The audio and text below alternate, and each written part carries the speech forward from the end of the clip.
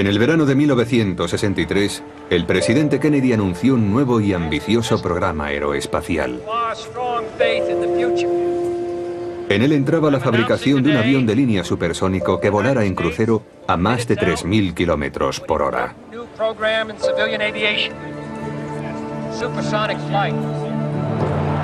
Esta es la historia del sueño de Kennedy. Un avión en la vanguardia de la tecnología. Un avión diseñado para volar más rápido y más alto que cualquiera de sus rivales.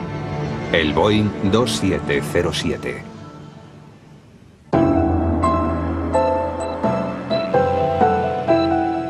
Aviones que nunca llegaron a volar. El SST americano. John Glenn era un héroe para Kennedy. Fue uno de los primeros estadounidenses en viajar al espacio. Además, Glenn fue también el primer estadounidense en volar en un avión supersónico en 1957. Desde aquel vuelo, Kennedy soñó con la construcción de un avión supersónico americano. Pero había otros que tenían un sueño similar. Los británicos habían comenzado su programa de aviones supersónicos en 1943, mediada la guerra. Se trataba del diseño de un avión que fuera capaz de volar a 1.5 Mach. Eso es una vez y media la velocidad del sonido, unos 1.600 kilómetros por hora. Toda una aventura, considerando las velocidades a las que se volaba en aquellos días. Los británicos iniciaron varios proyectos, entre ellos el de Miles M52 y el de Havilland DH-108 Swallow. Sin embargo, se les adelantó Chuck Yeager con su Bell X-1. Para ser sincero, me enfureció, porque creo que podríamos haberlo conseguido si el proyecto no hubiera sido cancelado. No el del DH-108, sino el del Miles M52. Yo iba a ser el piloto en aquel proyecto. Lo seguí con mucho interés. Y estábamos preparados al 80% para el primer vuelo, cuando, sin previo aviso, sin ser consultados, al final fue cancelado. El 14 de octubre de 1947, el Bell X-1, provisto de cohetes, se convirtió en el primer avión en superar la velocidad del sonido. A los británicos no les gustó nada que los americanos fueran los primeros en atravesar la barrera del sonido, porque la tecnología británica estaba más avanzada que la americana. La razón que arguyeron los responsables británicos para justificar la cancelación del proyecto fue que ignoraban qué le podía ocurrir a un avión cuando se aproximara a la velocidad del sonido. Ocurren varias cosas cuando un avión se acerca a la velocidad del sonido. La más preocupante para el piloto es que el avión empieza a vibrar y a dar sacudidas según la velocidad con que se aproxime a la velocidad del sonido. En términos de aerodinámica, se produce una onda de choque debido a la compresibilidad del aire que origina un aumento de la resistencia y el calentamiento del avión. Conforme se aproxima a Mach 1 y la onda de choque pasa por las superficies de vuelo, el ala pierde sustentación, tanto por arriba como por abajo. Esto origina una presión que hace que el avión pique si no se hace nada por impedirlo. Un método para contrarrestar estos efectos es la utilización de superficies de control asistidas, particularmente en el elevador de cola. En vuelo subsónico, el aire fluye normalmente sobre el ala creando sustentación, pero en la región transónica se forma una onda de choque que aumenta la resistencia.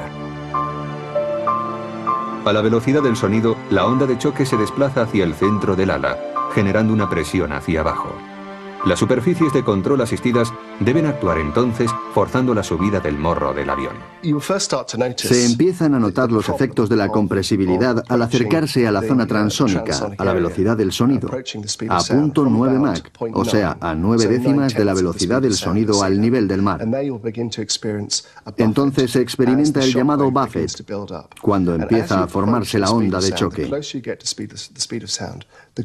Cuanto más nos aproximamos a la velocidad del sonido, sonido, tanto mayor es el buffet hasta que la atravesamos y la onda se desplaza hacia la parte trasera del avión. Entonces se entra en una zona donde el aire es mucho más estable, más tranquilo, por decirlo así. Hacia mediados de los años 50, los aviones militares empezaron a volar rutinariamente a velocidades superiores a la del sonido, pero solo durante periodos cortos.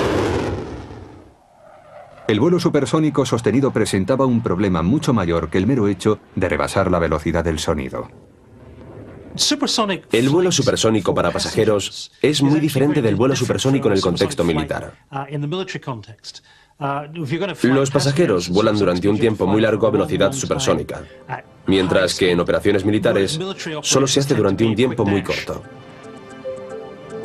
Solamente un país se decidió a aceptar el reto. Derrotados en la carrera por superar la barrera del sonido, los británicos embarcaron en el diseño y desarrollo de un avión de línea supersónico. Fue el inicio de una carrera que transformaría el mundo de la aviación.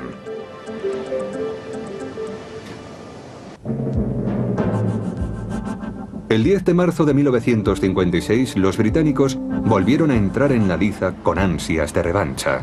Para ello emplearon el Fairey Delta II, que consiguió el récord mundial de velocidad absoluta volando a 1820 km por hora. El Fairey Delta II introdujo una serie de innovaciones revolucionarias. Entre ellas una larga y aguda ala en delta, perfecta para volar en crucero a velocidad superior a la del sonido. También tenía un morro abatible para que el piloto tuviera mejor visión durante el despegue y el aterrizaje. Inspirados por el éxito del Fairey Delta, los británicos crearon un comité para coordinar el desarrollo de un avión de línea supersónico.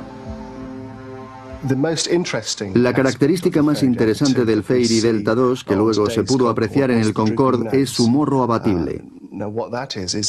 Como en el Concorde, el morro baja y sube. Uno de los problemas de los aviones con ala delta es que están diseñados para volar a velocidades supersónicas. Por eso utilizan la aerodinámica adecuada. La cuestión es que luego resultan muy difíciles de pilotar a baja velocidad. Cuando van a aterrizar deben tomar un gran ángulo de ataque y a los pilotos les resulta muy difícil ver lo que tienen por delante. Por eso el morro debe ser abatible, un morro envoladizo, para que el piloto tenga mejor visibilidad al aterrizar. Ese es el motivo del diseño que hoy se ve con tanta frecuencia. En marzo de 1959, el Comité del Transporte Supersónico ha terminado el trabajo preliminar y está preparado para indicar las líneas maestras. Se hicieron dos recomendaciones principales. La primera era para un avión pequeño, bastante sencillo, que llevara unos 100 pasajeros y volara a 1.2 Mach. El segundo diseño era para un avión de 150 plazas, capaz de volar a 1.8 Mach, lo que lo hacía considerablemente mayor y más rápido. En 1959, las ideas británicas cristalizaron en dos proyectos. Uno era un avión supersónico de distancia media que tendría un ala en M, más bien disparatada y muy difícil de construir. El otro proyecto, sin embargo, se convirtió en clásico. Tenía un ala en delta larga y fina. Se trataba de un avión supersónico de línea para cruzar el Atlántico. Fue entonces cuando se tomó la decisión para construir el avión de línea supersónico. Cuando en 1960 adjudicaron el contrato de diseño a la BAC, los británicos le impusieron la condición de que tendría que buscar un colaborador internacional para construir el transporte supersónico. El primer país con que la BAC contactó fue Estados Unidos. Pero en aquellos años los estadounidenses mostraban poco interés por el proyecto. Por eso los británicos recurrieron a Francia como posible socio. Finalmente, los británicos y los franceses decidieron cooperar, porque el proyecto del avión de línea supersónico era demasiado ambicioso para un solo país. Benefició su acuerdo el hecho de que dos equipos diferentes de diseño, uno en Francia y el otro en Inglaterra, habían llegado aproximadamente a las mismas conclusiones acerca de cómo debía ser el avión. El avión debía tener ala delta. Se llamaría Concorde, Concordia, una palabra común al inglés y al francés. Pero para que el desarrollo tuviera éxito, el Concorde debía resultar atractivo para las compañías aéreas. En junio de 1963, la mayor línea aérea de todas hizo el primer pedido, lo que significaba que el avión resultaría rentable. El pedido provino no de Europa, sino de la principal aerolínea de Estados Unidos, la Pan Am. La Pan Am era un comprador tan poderoso que podía enfrentarse a los presidentes de las empresas fabricantes. A Tripp no le importaba visitar a un fabricante y decirle: si tú no haces lo que yo quiero, iré a ver a otro que lo haga. Y si tengo que ir a Europa, iré a Europa. Tripp era todopoderoso en la industria de aquel entonces. La Pan American Airways empezó a funcionar el 28 de octubre de 1927. Fundó la primera línea regular internacional de los Estados Unidos. Un trimotor Fokker que transportaba correo despegó en Cayo Este, Florida, y aterrizó 1 hora y 10 minutos más tarde en La Habana, recorriendo una distancia de 135 kilómetros. El fundador de la Pan Am fue el legendario Juan Terry Tripp. A sus 28 años se le ocurrió que los aviones que transportaban correo podrían también transportar personas.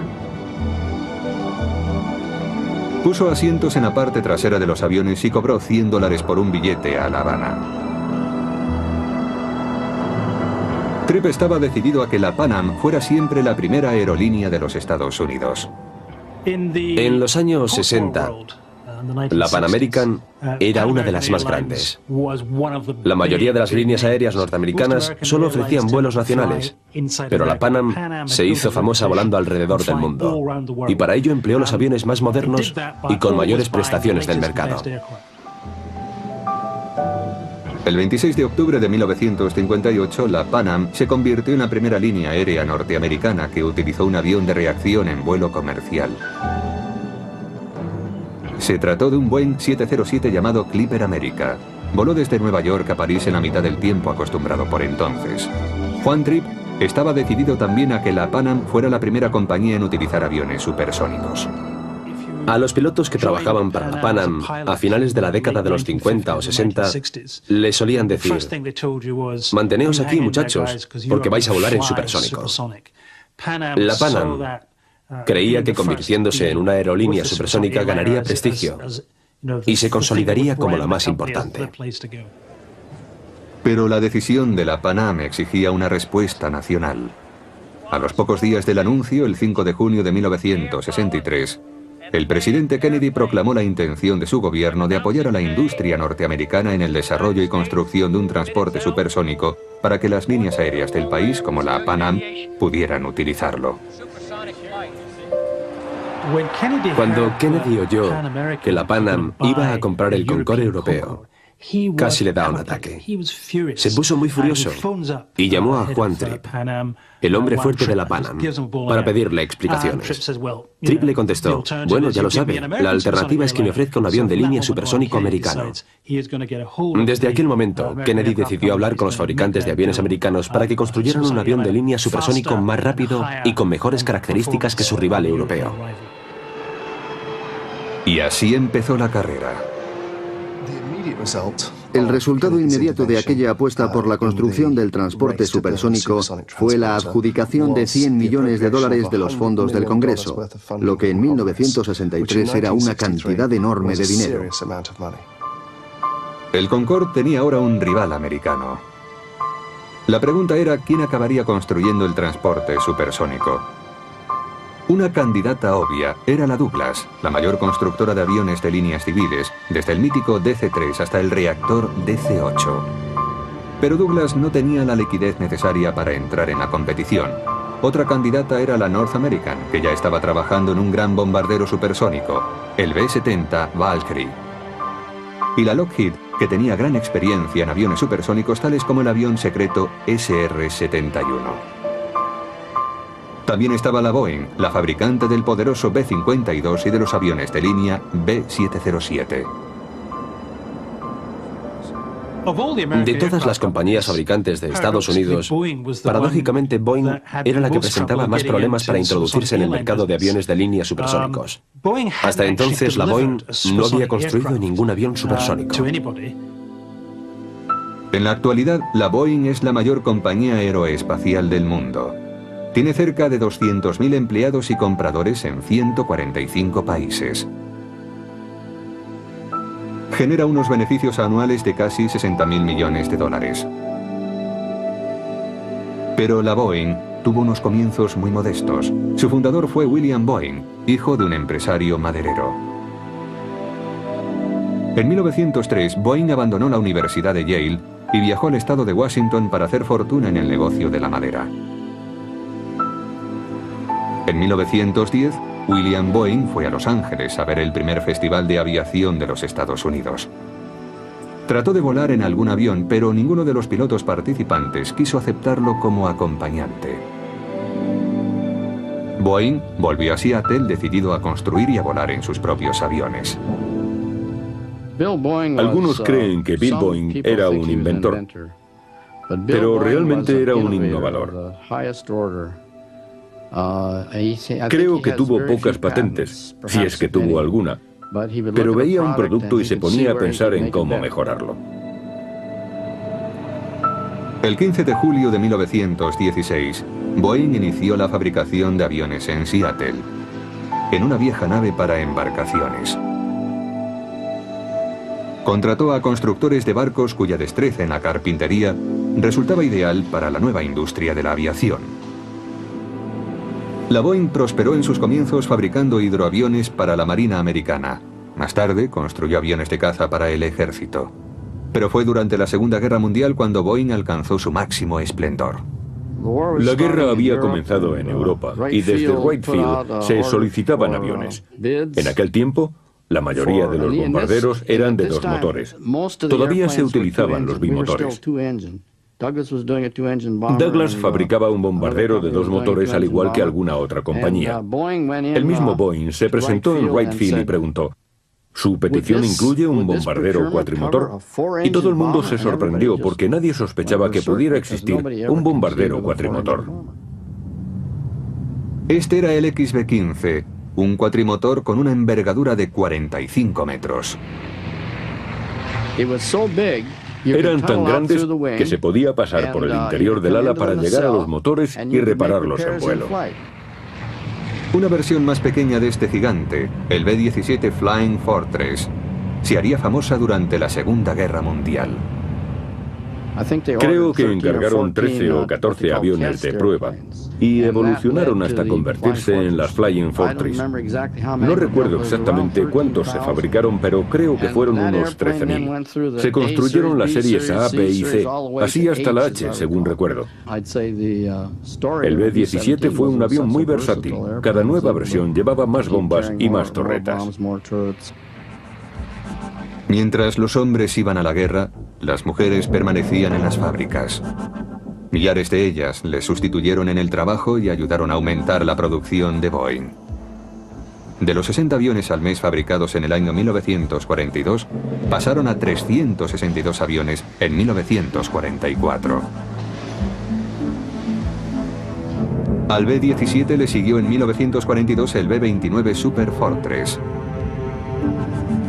En Wichita, granjeros, amas de casa y tenderos fabricaban aviones B-29 en turnos de 10 horas, trabajando día y noche en lo que fue conocido como la Batalla de Kansas. La Segunda Guerra Mundial cambió la suerte de la Boeing. Antes de la guerra, era un fabricante serio, pero su producción era escasa. La guerra hizo que Boeing comenzara a producir a gran escala, construyendo bombarderos gigantescos y en grandes cantidades. Después de la Segunda Guerra Mundial apareció el B-47, el primer bombardero reactor de Norteamérica. El 15 de abril de 1952, el piloto de pruebas de la Boeing, Tex Johnston, realizó el primer vuelo del B-52, que habría de dominar los cielos durante los siguientes 50 años. En aquellos días, Boeing decidió asumir un riesgo. En los años 50, a Boeing le iban muy bien las cosas con los contratos militares de los B-47 y B-52.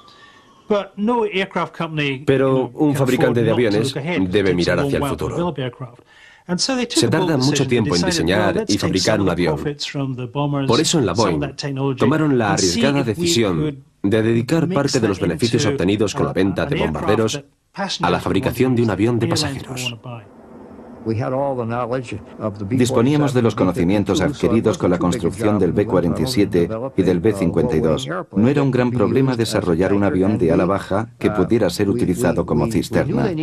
Sabíamos que necesitaban un avión cisterna y esperábamos poder convertirlo en avión de pasajeros, aunque no estábamos totalmente seguros. Al final fue así como nació el Dash 80. El Dash 80 voló por primera vez con Tex Johnston a los mandos. Tex había pilotado anteriormente los B-52 y estaba decidido a demostrar que Boeing había construido un buen avión.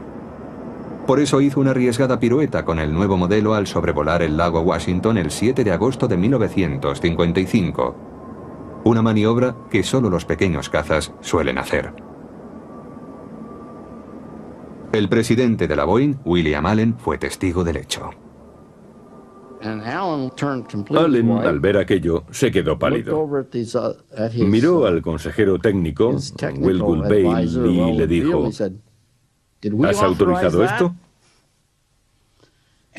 Y antes de que contestara, Tex repitió la maniobra. La apuesta de Boeing dio resultado. El Dash 80 se convirtió en el prototipo del KC-135, el primer reactor cisterna que a su vez dio paso al modelo 707, el primero de una larga serie de aviones comerciales de Boeing. La compañía había conseguido optimizar el 707, que gastaba solo la 10ª parte de combustible del transatlántico Queen Mary. El avión, que costaba $5 millones frente a los 30 que cuesta el transatlántico, podía transportar tantos pasajeros al año como el barco. Boeing había creado un mercado eliminando la competencia del buque. En 1958, cuando los 707 entraron en servicio con la Pan Am, la Boeing seleccionó un pequeño grupo de trabajo que debía ocuparse de diseñar un avión de pasajeros supersónico. La compañía invertía $1 millón al año en el proyecto. El diseño resultante fue denominado Boeing Modelo 733. Boeing empezó a interesarse muy pronto, a principios de los años 50, por un avión de pasajeros supersónico. Se decían: ¿es posible construirlo? ¿Existen los motores adecuados? ¿Y la metalurgia? Pero a finales de la década de los 50 los trabajos ya estaban bastante avanzados y empezaron a pensar: podemos conseguirlo. Tras la propuesta de Kennedy para construir el SST, el modelo 733 podría convertirse finalmente en una realidad. A finales del año 1963, los 3 candidatos a la construcción del SST americano, Boeing, Lockheed y North American, trabajaban en secreto desarrollando sus respectivos diseños. ¿Quién ganaría la competición? Y lo que era más importante, ¿podría el tardío diseño americano conquistar el mercado mundial?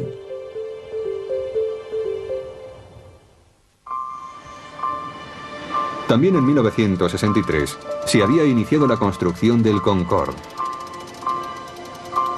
¿Llegaría a tiempo a Estados Unidos? Existía un precedente. El Comet británico fue el primer reactor de pasajeros que entró en servicio a finales de los años 50. Sin embargo, una serie de accidentes fatales revelaron algunos fallos de diseño. Dichos fallos se debieron sobre todo a la prisa por lanzar un reactor comercial al mercado antes que los americanos. En consecuencia, el 707, que parecía surgido de la nada, gobernó los cielos en las décadas de los 50 y 60. Los americanos llegaron tarde a la carrera por el avión supersónico, pero quisieron adelantarse a los europeos y decidieron ir deprisa. En Europa se había decidido volar a 2.2 Mach, por lo que el Concorde podría utilizar los materiales y la tecnología existentes. Los americanos decidieron llegar hasta Mach 3, hasta la llamada barrera del calor, lo que significaba que debido a los esfuerzos y las temperaturas que a esas velocidades tenía que soportar el avión, habría que utilizar nuevos materiales. Los americanos querían dar un gran salto tecnológico para adelantar a los europeos y eliminar la competencia. Para vencer a la competencia, tanto a nivel nacional como en Europa, Boeing propuso un avión que era bastante mayor que el Concorde. Fue llamado 2707. La Boeing se dio cuenta de que si quería superar al Concorde franco-británico, su avión tendría que ser mejor, más grande y más rápido. Por eso diseñó un avión más rápido que transportaría más del doble de pasajeros que el Concorde. En lugar de 120 irían 277 pasajeros a bordo. Para diseñar el nuevo 2707, Boeing se ayudó de una sorprendente maqueta a escala real. Tenía 93 metros de longitud, un tercio más largo que el Concorde. Disponía de 277 asientos, 30 de primera clase y 247 de turista, superando por tanto al Concorde. La disposición de los asientos del 2707 era revolucionaria. Hasta entonces, los pasajeros se sentaban en sendas filas de asientos a ambos lados del pasillo central, lo que hacía de los aviones un transporte poco aconsejable para claustrofóbicos. Boeing decidió que si quería animar al público a subir a su nuevo avión, tenía que ofrecerles algo más. Por eso hicieron que el fuselaje fuera más ancho, para poner más asientos. Hoy en día, estamos acostumbrados a ver 3 filas de asientos y 2 pasillos. Pero cuando Boeing estaba desarrollando el avión de transporte supersónico, era la primera vez que utilizaba esa disposición de los asientos. El Concorde tenía un fuselaje muy estrecho y una disposición de 2 filas de asientos con un pasillo central. El 2707 iba a estar propulsado por 4 enormes turborreactores, cada uno capaz de desarrollar casi 3 toneladas de empuje. En el despegue, el 2707 pesaría más de 300 toneladas. El Boeing 2707 poseía otras 2 peculiaridades interesantes. La primera era el morro abatible, no muy distinto al de Concorde, que permitía que los pilotos tuvieran mucha mejor visión en el despegue y en el aterrizaje. El morro se elevaba para el vuelo a alta velocidad. La segunda peculiaridad en el diseño también tenía que ver con las diferencias de velocidad durante el despegue, aterrizaje y posteriormente durante el crucero supersónico, y esta era el ala de incidencia variable. El ala podía pivotar, por decirlo así, y ponerse recta cuando volaba a baja velocidad para que fuera más fácil y seguro despegar y aterrizar, y luego cuando sobrevolara el Atlántico o el Pacífico y se aproximara a Mach 2, el ala reculaba hacia atrás para presentar una configuración muy similar al ala delta. Las alas de la maqueta del Boeing 2707 podían moverse manualmente hacia atrás desde que estaban totalmente plegadas con una incidencia de 72 grados, hasta extenderlas también totalmente con una incidencia de 30 grados. El diseño del avión de línea supersónico de la Boeing rozaba el límite de la tecnología aeronáutica. Volaría más rápido y durante más tiempo, lo que exigiría nuevos materiales, nuevos motores y nueva aviónica. Era todo un reto. Algunos creyeron que la Lockheed ganaría la carrera del SST con su modelo L2000. El diseño del avión supersónico de Lockheed era sencillo, elegante, bonito. No tenía partes móviles como el ala de incidencia variable. Adoptaron un ala de delta estrecha con todas las garantías de funcionamiento, pues estaba dentro de los límites de lo posible. Minimizaron los riesgos y se convirtieron en un serio competidor. Cuando se acercaba la fecha de entrega de las propuestas, Boeing todavía estaba trabajando en la suya. Conforme progresaba el diseño, se hacía evidente que el proyecto de Boeing resultaría terriblemente complejo y caro, lo que hizo que las compañías aéreas se asustaran. Por eso Boeing empezó a añadir más y más pasajeros con la esperanza de que los beneficios compensaran los costes del avión. El tamaño aumenta un poco el rendimiento, al menos con otros aviones. Pero al final, el avión acabó siendo demasiado rápido y demasiado grande, porque creíamos que el Concorde era demasiado pequeño para tener éxito. El 31 de diciembre de 1966 fue anunciado el ganador. Fue el diseño revolucionario de la Boeing. La competición fue muy reñida. La razón por la que ganamos no fue que a las aerolíneas les gustara más nuestra propuesta. Mi opinión personal es que creyeron que era mejor comprar un avión comercial a Boeing que a los otros dos fabricantes. En aquellos días, nosotros ya construíamos aviones comerciales y trabajábamos con aerolíneas. Creo que eligieron a la compañía, no al diseño. Fue una sorpresa que ganara Boeing, porque tenía poca experiencia en la construcción de aviones supersónicos. Era famosa por el B-52, que es subsónico.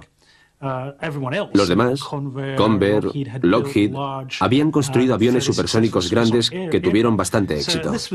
Pero de repente le hicieron el encargo a un recién llegado y todos pensaron, ¿será capaz de hacerlo? Boeing predijo que si la construcción del prototipo comenzaba a principios de 1967, el primer vuelo se podría realizar en los primeros meses del año 1970. Y el primer avión estaría listo para entrar en servicio a mediados de 1974. La predicción resultó un disparate. No sospechaban los problemas a los que tendrían que enfrentarse. El principal problema del diseño del avión supersónico de Boeing se podía resumir en una sola palabra: peso. Cada vez era más y más pesado. No conseguiría ser rentable. Había que reducir peso. Y al final el mayor inconveniente fue el mecanismo para hacer que las alas se replegasen. Al desarrollar los diseños preliminares, el peso en vacío se hizo demasiado grande. Ese fue el problema principal. El peso se nos escapó de las manos y no pudimos ajustarnos al que habíamos previsto en la configuración inicial. El proyecto fue interrumpido durante un año mientras Boeing estudiaba otras alternativas. En octubre de 1968 presentó un diseño totalmente nuevo. Solo existía una forma de resolver el problema del peso: eliminar el mecanismo de incidencia variable. El ala de incidencia variable de la Boeing desapareció principalmente por su gran peso. La bisagra era demasiado pesada. También redujeron el tamaño. Los asientos quedaron limitados a 234, pero seguían siendo más que los del Concorde. Y entonces surgió un nuevo problema que puso en peligro el proyecto y finalmente acabó con él: el estampido sónico. Sabíamos que existía, pero francamente no pensamos que fuera a tener tanta importancia. El estampido de los aviones al atravesar la barrera del sonido es como un trueno. Se oye a más de 3 kilómetros de distancia. No creímos que fuera tan importante. Para conocer los efectos del estampido sónico en áreas urbanas, la Fuerza Aérea Norteamericana realizó un experimento en 1964, algo que no se podría hacer en la actualidad. Querían comprobar su efecto en zonas pobladas. Probaron con bombarderos supersónicos sobre la capital de Oklahoma. Hicieron que se escuchara el estampido sónico, las ondas de choque, y lo hicieron de forma continuada. El resultado fue que en muy poco tiempo se produjeron 8.000 quejas por ruido y 5.000 reclamaciones por daños diversos. En 1967, inmediatamente después de haber sido seleccionada la Boeing para construir el 2707, el Dr. William Sutcliffe, un científico de la Universidad de Harvard, creó la Liga Ciudadana contra el Estampido Sónico. Había demasiados inconvenientes técnicos y económicos para un avión de esta clase. Y uno de ellos era que cuando pasaba la barrera del sonido, generaba una onda de choque que se oía en las zonas habitadas. Fue una época muy mala para mí. Yo era un ingeniero que trataba de hacer su trabajo y me enfrentaron con esa gente. Fue un problema político que me adjudicó ese tipo, Sutcliffe. Yo no le conocía y no sabía qué reivindicaba. Lo que sé es que a los británicos les sorprendió descubrir los inconvenientes que teníamos. Otros científicos publicaron una hipótesis según la cual los gases de salida del SST emitidos a la atmósfera a gran altura desencadenarían una reacción química. Esta reacción deterioraría la capa de ozono que absorbe las radiaciones solares en la estratosfera, haciendo que aumentara el riesgo de cáncer de piel para la humanidad.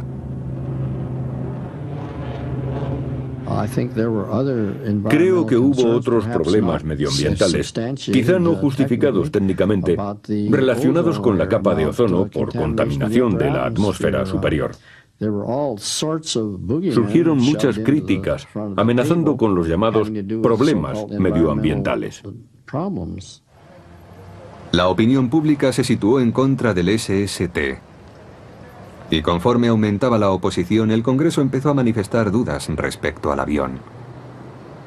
En respuesta, el presidente Nixon, poco después de ser elegido en 1968, creó un comité de 12 miembros para que presentaran un informe sobre el proyecto. Nixon era un firme defensor del SST cuando llegó al poder, al igual que los presidentes Johnson y Kennedy. Entendía que el SST era una cuestión de prestigio para Estados Unidos y por eso creó el comité. Para su sorpresa y consternación, el comité dictaminó en contra del SST. Dijo que era totalmente inviable. Aparte del estampido sónico, el SST se enfrentaba a otros problemas. Cuando se establecieron sus objetivos, el presidente Kennedy determinó que debería volar más rápido que su rival europeo, a Mach 3. Pero a esa velocidad, el avión se sobrecalentaría. Debería fabricarse con materiales muy caros para que no se fundieran o rajaran a tales temperaturas. Para que el 2707 alcanzara la velocidad pretendida, había que encontrar nuevos materiales que resistieran el calor. El más recomendable era el titanio, pero en aquel tiempo el titanio era muy caro y muy difícil de manipular, y el proyecto no resultaría rentable. Los problemas principales eran relativos al medio ambiente y a la temperatura del propio aparato. Si se podía o no diseñar un avión que resolviera estos problemas y permitiera ganar dinero, era algo que en aquel momento no se sabía con certeza. Hacía tiempo que los británicos habían decidido que aquellos problemas eran demasiado difíciles y caros de resolver. El Concorde volaría a unos 2000 kilómetros por hora, velocidad a la que los problemas de calentamiento eran mucho menores. Por eso el Concorde fue construido con las aleaciones metálicas habituales y los costes de fabricación no se dispararon. Si se volaba más allá de Mach 2, la temperatura subía demasiado para el aluminio. No puedo decir exactamente en qué momento, pero si se sobrepasa Mach 2, hay que utilizar un material más resistente. El titanio era el adecuado, el mejor, y lo sabíamos. Así que parte del programa consistió en aprender a trabajar con él. Mientras los ingenieros del Boeing trataban de resolver los problemas, el programa del 2707 sufría grandes retrasos multiplicando los costes. Gastamos varios millones de dólares de la compañía aparte de lo estipulado en el contrato del SST debido al titanio. Quizá éramos demasiado ambiciosos. Habría resultado volando a Mach 2,5, pero si volábamos a Mach 3 la temperatura subía a más de 200 grados. Y eso es demasiado. El 18 de mayo de 1971, el Senado de los Estados Unidos se reunió para votar una moción que pretendía bloquear los fondos destinados al SST. El presidente Nixon trató de persuadir a los senadores para que el proyecto prosiguiera, pero no lo logró. Por 58 votos contra 37, se decidió acabar con el proyecto. Creo que la pretensión de Kennedy, que quería que el SST fuera mejor, más grande y más rápido que su rival europeo, fue la causa de los grandes problemas de Boeing. Siempre trataron de alcanzar la meta de Kennedy de alcanzar Mach 3 y tuvieron que enfrentarse a los problemas que conlleva volar a esa velocidad. Era excesivo, nada práctico. Se podía volar más rápido que a Mach 2, Mach 2,5, quizá, para no alterar demasiado la temperatura. Pero ir más allá no era práctico. Parecía que Europa había ganado la carrera tecnológica. En 1973, solo 18 meses después de la cancelación del proyecto de la Boeing, el Concorde realizó su primera visita a los Estados Unidos, asistiendo a la inauguración del nuevo aeropuerto de Dallas-Fort Worth. Durante su estancia de 4 días en Texas, el Concorde realizó vuelos supersónicos sobre el Golfo de México y fue la mayor atracción de las exhibiciones en las ceremonias inaugurales. Pero pronto se puso de manifiesto que la victoria del Concorde tan solo sería parcial.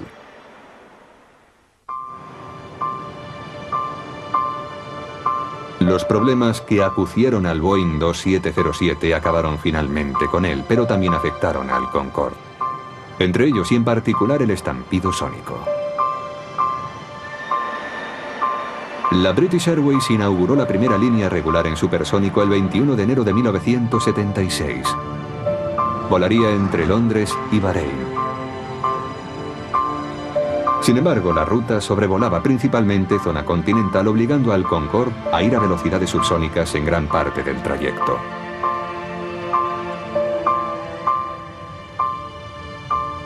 A continuación, se inauguró la ruta a Singapur.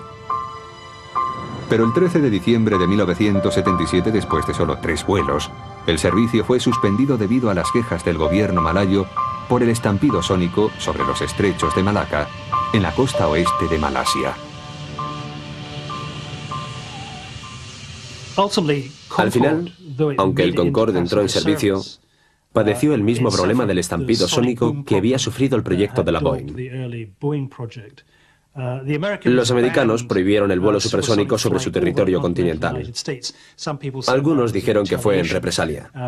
Pero fuera o no fuera así, el Concorde solamente podría volar en supersónico sobre el Atlántico. No pudo cumplir ninguno de los requisitos, pero se fabricaron tan pocos aviones que a nadie le importó. No cumplía con los requisitos del estampido sónico, ni con los del ruido al despegar. Pero creo que solo había una media docena de Concorde volando en cada una de las 2 aerolíneas que los empleaban. El Concorde nunca fue rentable, ya que nunca rentabilizó el dinero que se invirtió en su diseño y fabricación. Hacía ganar dinero a las compañías aéreas debido a que el precio de los billetes era muy caro. Pero cada vuelo era un despilfarro para la compañía. Por eso fue retirado finalmente de la circulación. El Concorde daba prestigio a una compañía. Te subías a un Concorde y decías, ¡qué bien! Mi mujer y yo despegamos de Washington a las 4:30 de la tarde y estábamos en Londres antes de las 9 de la noche. Fue genial. Pero la historia inacabada del Boeing 2707 fue el primer paso hacia el transporte masivo de viajeros por avión.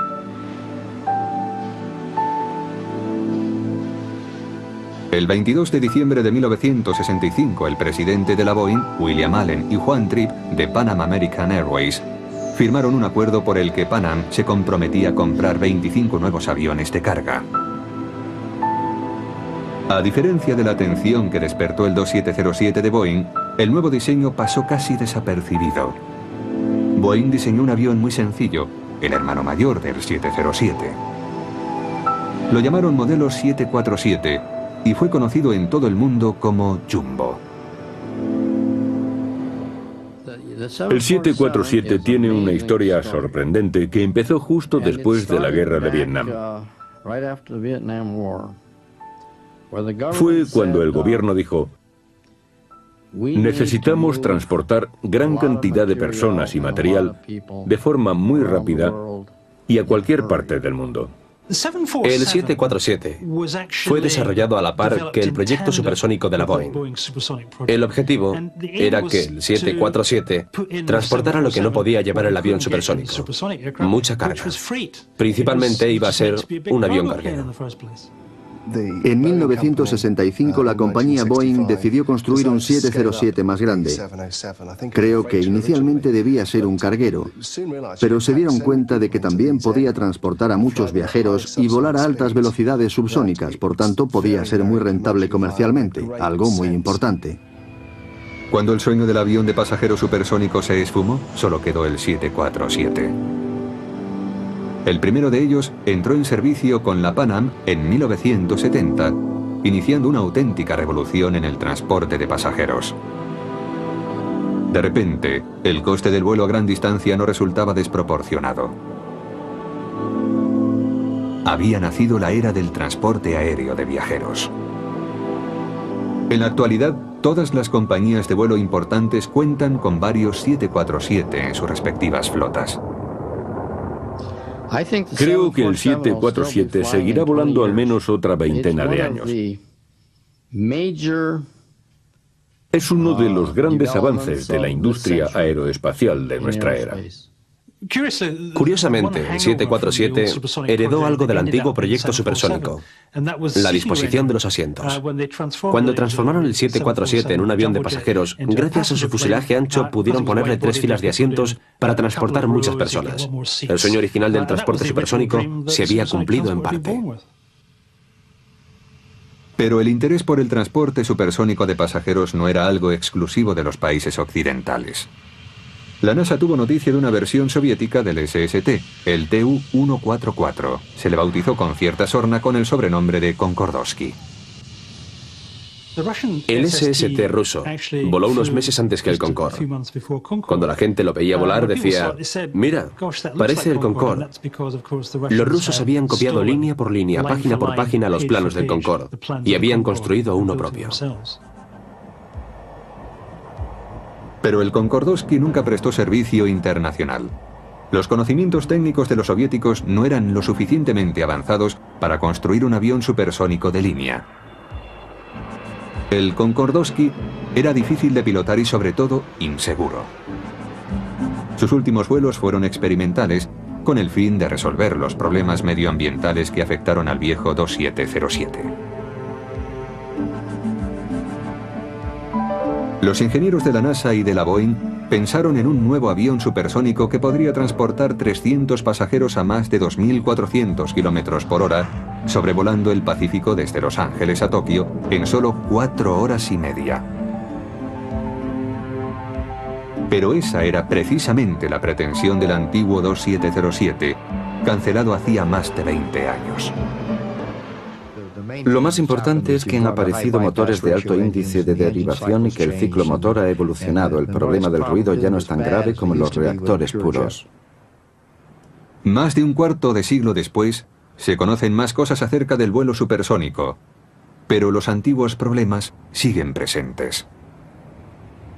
Un gran avión supersónico que sobrepase la barrera del calor sería increíblemente costoso.